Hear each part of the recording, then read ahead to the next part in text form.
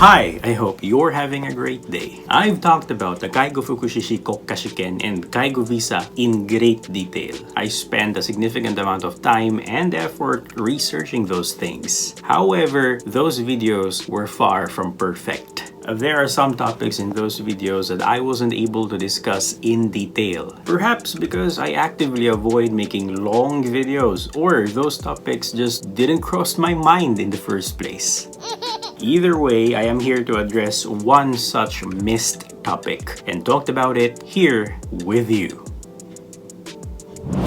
Welcome back to NikkoVenture.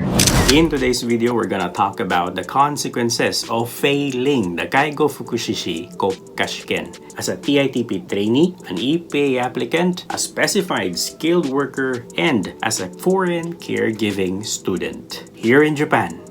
Let's do this. Just a brief overview, the 介護福祉士国家試験 or the National Caregiving Certification Exam is a written examination offered to those individuals who want to work as a certified caregiver here in the land of the rising sun. This exam is not free. You must pay to apply for the exam, and you can only take the 介護福祉士国家試験 once in a single year. So, if you are a TITP trainee, an EPA applicant, or a specified skilled caregiver, there's a risk that after your contract expires, you will have to pack your things up, leave Japan, and return to your home country. And unless you have any other options to extend your stay here in the land of the rising sun, you cannot do anything about it, dude. It's just as simple as that, dude. Fortunately, if you are planning to live and work here in Japan continuously as a caregiver and possibly bring your family to live here with you forever, you can take and pass the 介護福祉士国家試験. But, what if you failed the 介護福祉士国家試験? Generally speaking, a TITP caregiver can live and work here in Japan for a maximum of 5 long years. As a TITP caregiver, only after rendering 3 years of work that you can apply for the 介護福祉士国家試験. Now, a TITP caregiver who failed the exam for the very first time will still have 2 chances to retake the exam. Kindly remember that a TITP caregiver will have a 5-year contract, and only on the 3rd year of that 5-year contract will that caregiver trainee be able to apply and take the exam for the very first time. So even if you fail the exam as a TITP caregiver on your first try, you can still retake and try to pass the exam 2 more times.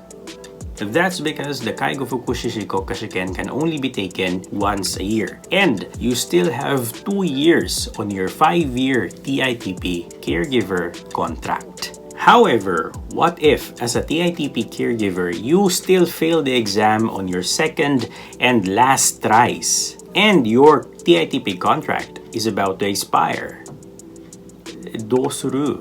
As I see it, you only have 2 options. 1, you can transition to the SSW program. By doing this, you will become a specified skilled worker and you can live and work here in Japan for another 5 long years.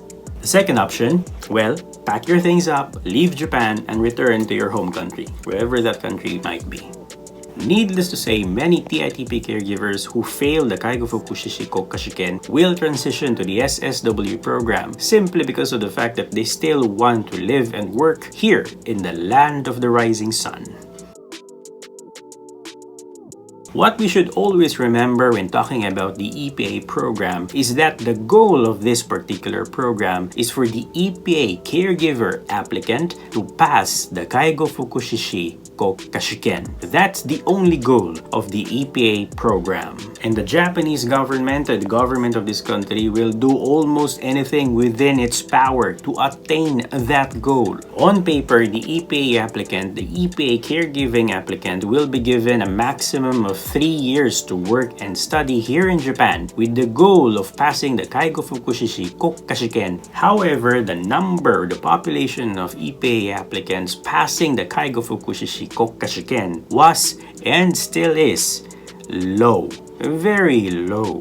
As a response to that, the Japanese government gave an extension to all EPA applicants to give them more time and more opportunity to study and prepare for the介護福祉士国家試験, essentially extending the contract of an EPA applicant from 3 years to 5 years. If for some reason or another the EPA caregiving applicant still failed the exam at the end of her or his EPA contract, that EPA caregiving applicant will have 2 choices. 1.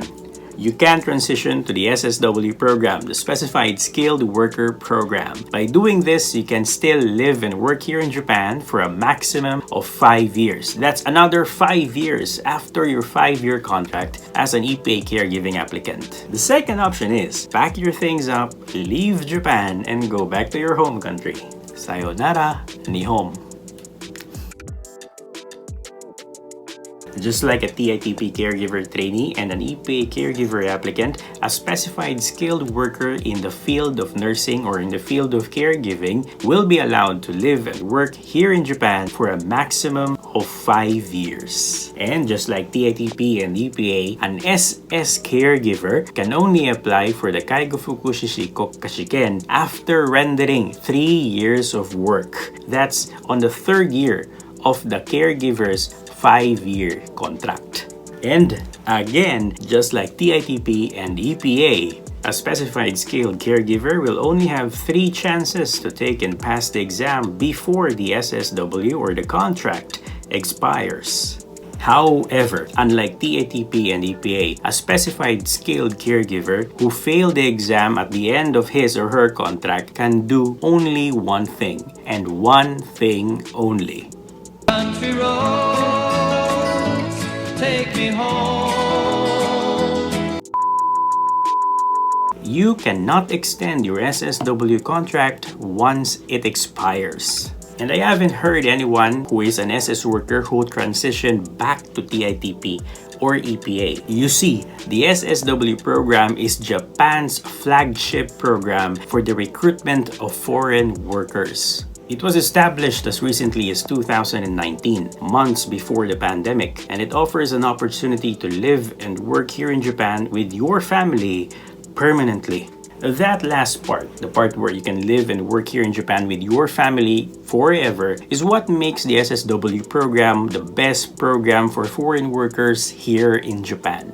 If an SS worker transitions back to TITP or EPA, that is basically a downgrade. Not to mention that your salary will also be downgraded. So, unless you marry a Japanese national or you have any other options to extend your stay here in Japan, once your SSW contract expires and you still fail the介護福祉士国家試験, the only thing for you to do from that point onwards is to pack your things up, leave Japan, and go back home.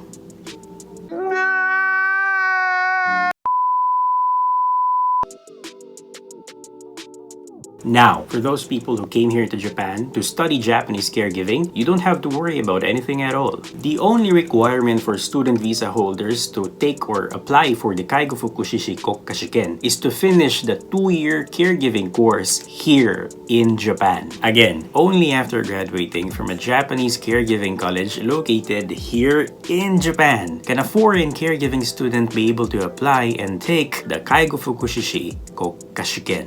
Now, after you graduate, it would just be a walk in the park. As a foreign caregiving student or a student visa holder, even if you failed the 介護福祉士国家試験, you can still become a 介護福祉士 by doing this 2 things. 1. You work as a caregiver here in Japan immediately after graduating, and you continue doing so for a maximum of 5 years. Within those 5 years, you will be recognized as a 介護福祉士 of Japan, even if you failed or you didn't take the 介護福祉士国家試験 after graduating. However, if for some reason or another you didn't finish those 5 long years, you will lose the title 介護福祉士 and all the benefits that accompanies it.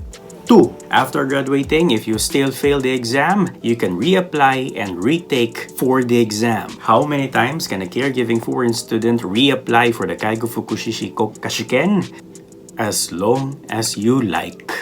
Provided that you have a valid visa, whatever visa that is, as long as it allows you to legally stay here in the land of the rising sun.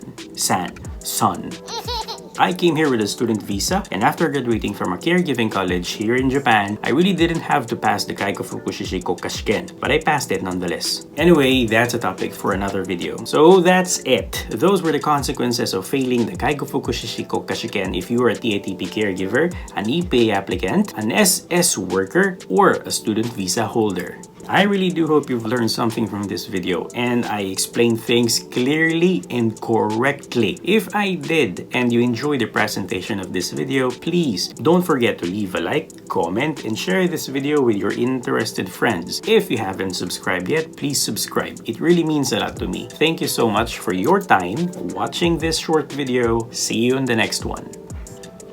Whoosh.